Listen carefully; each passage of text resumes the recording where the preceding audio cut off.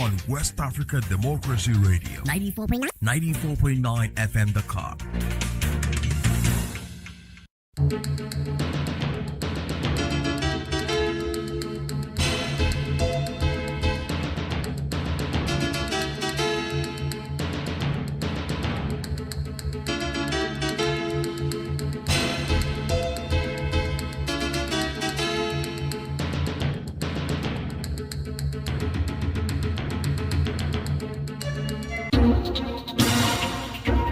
WADR, promoting dialogue. It's 6 p.m. in Dakar and Banjul. Good evening and thank you for staying tuned to West Africa Democracy Radio, broadcasting on 94.9 FM in Dakar and worldwide at wadr.org. Welcome to Newslink. First, the headline stories. Senegal Trade Union announces nationwide strike over proposed labor law reforms. Guinean rights group describes enforced disappearances as an epidemic in the country. Coordinated attacks trigger renewed fighting in northern Mali. It tells us that they are capable to strike whenever and wherever they like, especially in the case of Mali. UN Chief Antonio Guterres calls for global rules to govern artificial intelligence amid growing risks. If AI is to be powerful, it must be governed. If AI is to be trusted, those who build it must be accountable. If AI is to be global, it must be fair. Please stay tuned for the details of these stories and more. On the news, this is Veronique Joy. Thank you for joining our broadcast. We begin in Senegal, and trade unions have announced a nationwide strike effective July 10th to protest proposed reforms to the country's labor and security code. The union accused the government of not consulting them while drafting the legislations and warned that the proposed changes could weaken workers' rights and labor conditions. Francis Boniface has been following and now reports. The decision was announced after a General Assembly held over the weekend in Dakar, where the union coalition accused the government of preparing the reforms without meaningful consultation with labor organizations. The FSDT says the proposed legislation ignores the principles of social dialogue outlined in the National Pact for Social Stability and Inclusive Growth and contains provisions that could weaken workers' rights, working conditions, and social protection. The unions say repeated calls for an inclusive consultation process have gone unanswered, accusing the authorities of pressing ahead with reforms that would directly affect labor relations and the country's social security system. Beyond the proposed legislation, the coalition is also demanding the reinstatement of 911 dismissed public sector and state-owned enterprise workers, as well as the extension of housing allowances to contract health workers, university staff, and employees of state-owned companies currently excluded from the benefit. The FSDT is urging the government to open tripartite negotiations involving the state, labor unions, and employers to build consensus on the reforms. The nationwide strike is expected to run from midnight to midnight on July 10, with workers in the public, parapublic, and private sectors called upon to participate. While the government says the reforms are intended to modernize Senegal's labor and social protection systems in line with changing economic realities, the unions insist such changes must be negotiated with social partners and warn that failure to do so could trigger a broader wave of industrial action. That was Francis Boniface with that report. In Guinea, a civil society organization, Tonon La Page, is raising concern over what it describes as an epidemic of enforced disappearances targeting activists, journalists, and political opponents. The warning comes 2 years after the disappearance of prominent activists Fonike Menge and Mamadou Biloba, whose whereabouts remain unknown despite repeated appeals for answers and independent investigations. Christopher Teacher has the details in this report. The civil society organization Tono La Page, TLP, accuses Guinean authorities of failing to address what it describes as an epidemic of enforced disappearances, arbitrary arrests, arrests and kidnappings targeting activists, journalists, political opponents, and human rights defenders. The report says the number of such cases has increased since 2024 amid what it describes as a shrinking civic space and growing restrictions on fundamental freedoms. According to TLP, enforced disappearances have become a tool to silence dissent, while the absence of credible judicial investigations has contributed to a climate of fear and impunity. The organization points to the case of Fonike Menge, coordinator of the National Front of the Defense of the Constitution, and fellow activist Mamadou Biloba, who disappeared on July 9, 2024, after they were allegedly abducted in Conakry. 2 years later, their families and human rights organizations say they still have no information about their whereabouts, despite repeated appeals to the authorities. TLP says it has documented several other cases involving activists, journalists, and ordinary citizens, and is calling on the Guinean government to launch independent investigations, identify those responsible, and guarantee the protection of public freedoms. The organization is also urging regional and international partners, including African institutions and United Nations, to maintain pressure on Guinea to ensure accountability and justice for victims of enforced disappearances. That was Christopher Aticho with that report. The Confederation of Sahel States, AES, commemorated its second anniversary today, with current President Captain Ibrahim Traoré calling for stronger unity and deeper cooperation between Burkina Faso, Mali, and Niger. In a statement read by Burkina Faso's Prime Minister Jean-Emmanuel Ouedraogo, Captain Traoré reaffirmed the bloc's commitment to regional integration, sovereignty, and closer collaboration. Here's an excerpt. Le 6 juillet 2024, nos trois peuples. On July 6, 2024, our three peoples together reached a decisive milestone in our contemporary history by establishing the Confederation of Sahel States. 2 years later, this date has become much more than an institutional anniversary. It now symbolizes the hope for an African renaissance. 2 years after its creation, the results are tangible. Our political cooperation has been significantly strengthened. Our diplomatic coordination is growing stronger every day. Our armed forces are cooperating with increasing effectiveness in the fight against terrorism. Our economies are gradually moving towards deeper integration for harmonious and sustainable development of our states. Our confederal institutions continue to consolidate. Our voice is being listened to and heard more clearly on the African and international stages. We remain deeply committed to the ideas of the African Union, African unity, Pan-Africanism, and regional integration. But this cooperation must now be based on clear and non-negotiable principles: mutual respect, the sovereign equality of states, the defense of our people's interests, control over our natural resources, respect for dignity, non-interference in the internal affairs of states, and reciprocity.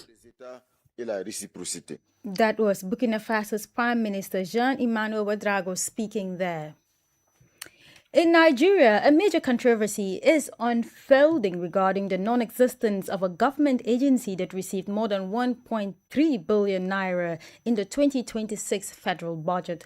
Known as the Presidential Foreign Intervention Promotion Council, the agency occupies office space in the Federal Secretariat. It also maintains several accounts with the Central Bank of Nigeria and other banking institutions across the country. The situation is raising serious questions about institutional oversight, budget scrutiny, and accountability within Nigeria's public service. Our correspondent Yechenusa Situ is following and explains in this interview.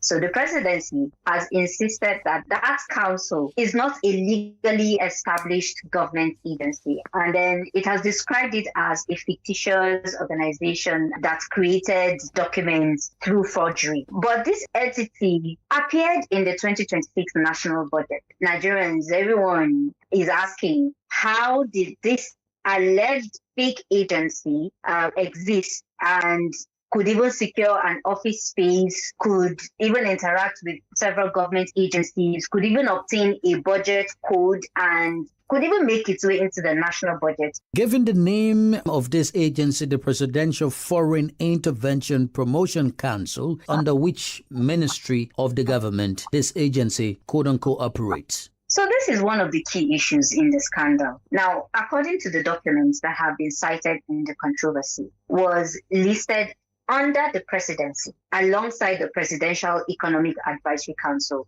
in the 2026 Appropriation Act. So it is not under any ministry. But the presidency has categorically stated that no agency exists within its structure and that it is not under the President Bola Ahmed Tinubu's administration. And this alleged Director General, Prince Adeniyi Adeyemi, has claimed that the council was created by the presidential executive order to promote foreign investment. Has there been any action taken, like announcement of an investigation or arrest made? Certainly, arrests have been made. The Prince Adeyemi has been arrested. He was arrested, following in investigations that were initiated by the Chief of Staff, that's Femi Gbajabiamila. And he has been charged before the Federal High Court. And there are other two defendants on multiple counts, including conspiracy, forgery, impersonation, and operating a fictitious government agency. That was our correspondent in Abuja, Yechenu Sasitu, speaking there.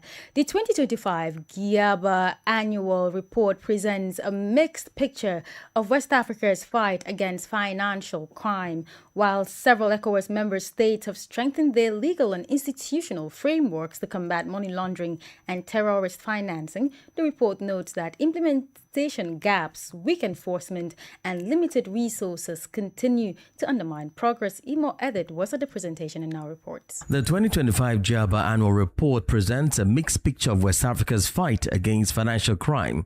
While several ECOWAS member states have strengthened their legal and institutional frameworks to combat money laundering and terrorist financing, the report notes that implementation gaps, weak enforcement, and limited resources continue to undermine progress. Highlighting gains from the report, Emil Mehdi, GIABA's research and documentation officer, stressed that while illicit financial flows remain a major threat to economic development, governance, and regional security, some progress has been made across member countries. Member states have improved when it comes to promulgating laws and strengthening their legal framework and institutions. That is clear. If you look at the assessment and all that, it is obvious.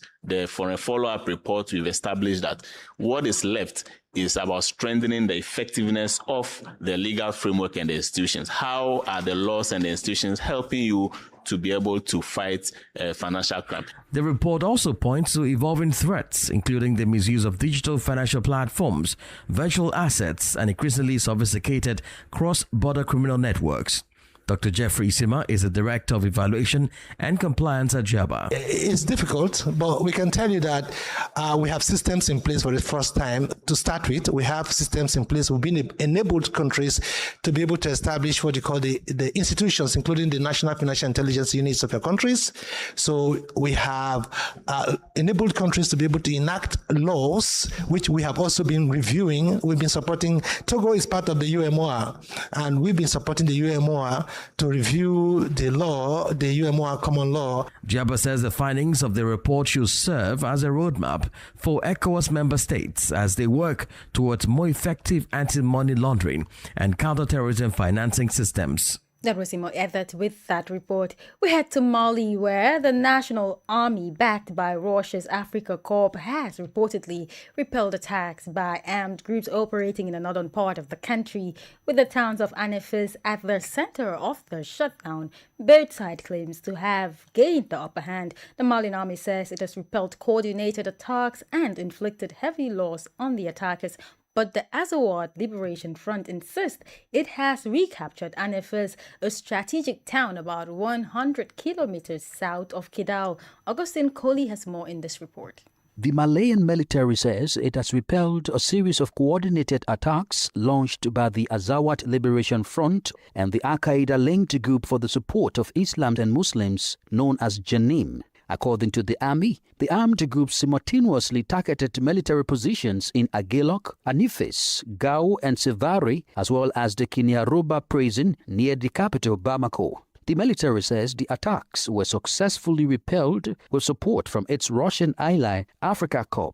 It claims that 163 fighters it described as terrorists were neutralized during the operations. The army also confirmed that one soldier was killed and 4 others wounded in Gao, insisting that all the targeted positions remain under government control as search and clear operations continue. Africa Corps, meanwhile, says its forces killed Abdirahman Zaza, whom is identified as a senior Jenin commander and a close associate with Iya Agali during fighting in Anifes. But the FLA has rejected the military's versions of events, claiming it has taken control of Anifes, around 100 kilometers south of Kidal, and captured several Malian soldiers. Reports further indicate that military reinforcements have been dispatched from Gao towards Anifes as fighting continues. The latest violent scams amid an escalation in joint attacks by the FLA and Jenim on Malian military positions. Over the weekend, the Malian armed forces also received new military hardware as authorities seek to reinforce the country's defense capabilities. That was a report by our correspondent in Bamako, Ali Cham, presented by Augustine Coley.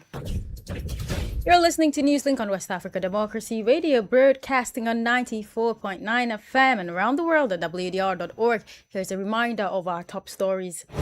Senegal's trade union announces nationwide strike over proposed labor law reforms. Guinean rights group describes enforced disappearances as an epidemic in the country. Coordinated attacks trigger renewed fighting in northern Mali. Still ahead in the news, UN Chief Antonio Guterres calls for global rules to govern artificial intelligence amid growing risks. We also have the guest interview and sports news. Stay with us.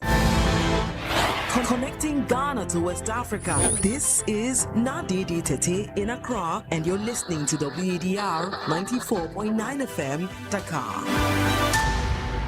Thank you for staying with us. United Nations Secretary General Antonio Guterres has called for the creation of a global framework to govern artificial intelligence, warning that the technology is advancing faster than the world's ability to manage its risks. Speaking at the opening of the first global dialogue on AI governance in Geneva, Guterres urged the international community to establish trusted global rules to ensure AI remains safe, accountable, and under human control.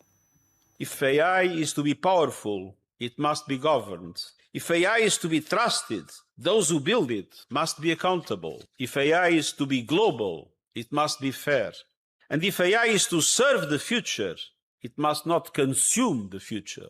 That will require governments to act with urgency, companies to accept responsibility equal to their power. Artificial intelligence is advancing at runaway speed. A technology that can reshape economies, transform the world of work, sway elections, and tilt the balance of security is being deployed faster than anyone, including the people building it, can keep up. An experiment is being run on our own societies without a plan and without consent. And that is not sustainable, and it is not acceptable. That was UN Secretary General Antonio Guterres speaking there. Here in Senegal, President Bassirou Diomaye Faye has announced plans to launch his own political party to formally unite his supporters. The announcement was made during a meeting at the presidential palace with members of the 306 movement. The Senegalese leader has tasked former Prime Minister Aminata Touré with heading the committee responsible for preparing the new political formation. The announcement has already sparked debate, with many questioning whether President Diomaye Faye can rally broad political support behind the new party. For some perspective, here is Senegalese political analyst Mamadou Sy Albert.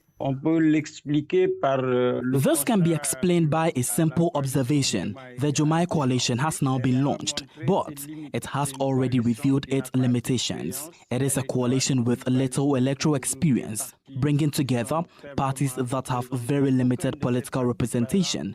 For example, none of these parties have a seat in the National Assembly. Perhaps this initiative has come rather late, but it reflects the president's desire to establish himself as the leader of his own political movement and gain greater political autonomy. The president's biggest challenge, in my opinion, is a lack of leadership experience.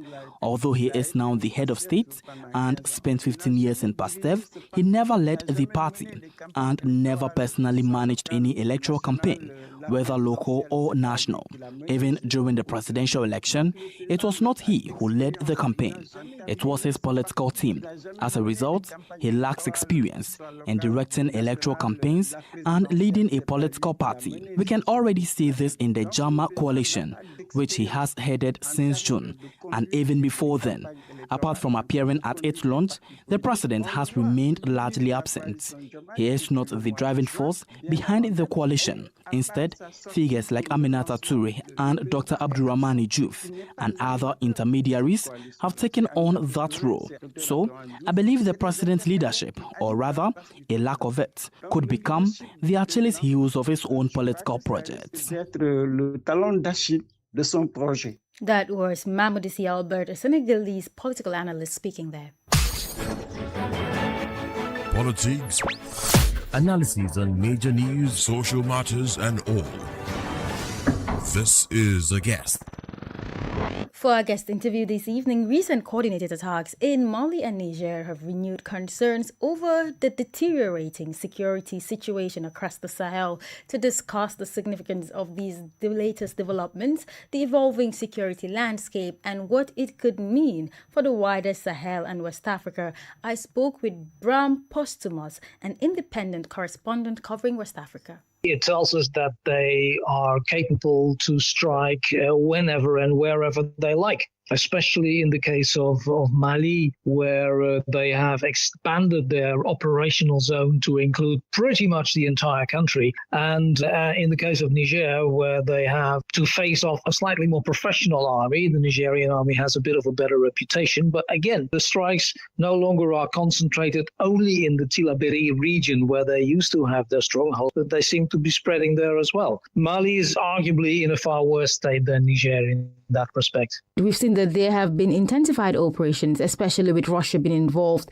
but they have not been able to quell the attackers. So what does this tell us about their resilience, the fact that they have not been able to curb the security situation? There have been coordinated actions between two ideologically very, very different groups. One is the Islamist guerrilla, the Al-Qaeda franchise in Mali called GNIM, and the other is the separatist movement, the Tuareg separatist movement up in the north in the Kidal region, which is now known as the Front for the Liberation of Azawad. So it's not so much resilience on the guerrillas or terrorists or insurgents' part, it's more their capability to organize and to coordinate actions. And on the side of the government, sadly, with or without the assistance of what used to be Russian mercenaries and then became the Africa Corps and were folded into the Russian Ministry of Defense, these two combined forces do not seem to be able to get a handle on the situation and contain the insurgent terrorist problem. And whether that's a lack of material, a lack of means, or a lack of capability to fight is obviously an issue that needs to be studied much more deeply, because they're not winning this war, and it's asymmetrical. This inability that you spoke about to handle the situation, do you think would pose new security threats to the Sahelian countries, I mean the AES countries to be specific? Yes, because it's based on a pretty lucrative business model. These groups are all closely aligned with all kinds of criminal networks that are engaged in things like kidnapping individuals, especially from high-profile countries. You remember that only a few months ago, the United Arab Emirates paid $50 million to GNIM for one of their nationals who had been kidnapped in Mali. that's obviously a very, very lucrative business. And the other things that they are involved in is like cattle rustling. They steal cattle, bring it across the border into either Côte d'Ivoire or take it to another country in the region and sell it off there. Finally, looking ahead, what should governments in the Sahel do to contain the threats? Well, first of all, they should dialogue with the insurgents, which is something that Malian civil society has been calling for a very, very long time. And none of the governments involved has been open to any of this. But as long as there is no dialogue, the violence will persist. And it's a vicious circle. No dialogue, more violence. No dialogue, more violence. That's the scenario. And then the other thing, which is obviously pretty big taboo for the juntas in power in the Sahel, is some kind of collaboration with the states on the coast, who are all in the Economic Community of West African States, which the AES have left. But there is absolutely no way that you can contain the insurgent terrorist problem, which does not respect any borders, without working with the likes of Ghana, Nigeria, Côte d'Ivoire, Senegal, and all the rest of them, because it is an international problem, it is a regional problem, and they will not be able to solve it on their own. That was Bram Postumus, an independent correspondent covering West Africa, speaking there on our guest interview segment. Time for some sports news, and FIFA has defended its controversial decision to allow United States forward Folarin Balogun to play in the World Cup round of 16 after suspending the automatic one-match ban that followed his red card in the round of 32. The World Football Governing Body says the decision was made under Article 27 of its disciplinary code, a provision introduced in 2019 that allows sanctions to be reduced or suspended in exceptional circumstances. However, the decision has been challenged by the Royal Belgian Football Association, which argues that FIFA's own disciplinary rules state that a player sent off must automatically miss the next round. The controversy has grown more following the report by the New York Times claiming FIFA acted after an appeal by US President Donald Trump, who described the decision as a correction of a grave injustice. The reports have renewed debate over FIFA's independence and the consistency of its disciplinary decisions. Norway has reached the FIFA World Cup quarterfinals for the first time in its history after defeating Brazil 2-1 thanks to a brace from Erling Haaland. The Norwegian striker now has 7 goals in the tournament, level with Lionel Messi and Kylian Mbappe in the race for the Golden Boot. The defeat also marked the end of an era for Brazil, as Neymar announced his retirement from international football after the match. Brazil's all-time leading scorer bowed with 80 goals in 130 appearances for the Seleção.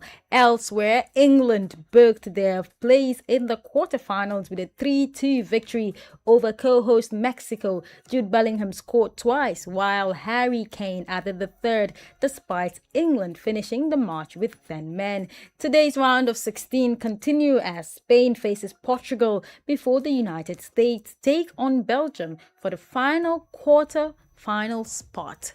And that's all for sports news. And with that, we have come to the end of this edition of Newslink on West Africa Democracy Radio, broadcasting from Dakar, Senegal. Thank you for listening, and many thanks to Ismaila Kamara and Maldo Ju for the technical assistance. Do interact with us via our social media platforms, X, Instagram, and Facebook at WADR English. I am Veronica Njai. Good evening. We thank you for listening to Newslink in Nigeria on Love FM Abuja and Darling FM Owerri. In the Gambia on Hot FM Banjul, Hilltop FM and Veritas Radio in Serekunda. Thank you for listening on Alternative Youth Radio Lofa County, Liberia, Radio Kegaman in Nimba County, and DCN Radio Riverside County. A big thank you to Radio Baft FM in Sierra Leone for listening, and in Ghana we thank Radio Pad in Damango and Royals FM in Wenchi. Thank you all for listening to Newslink.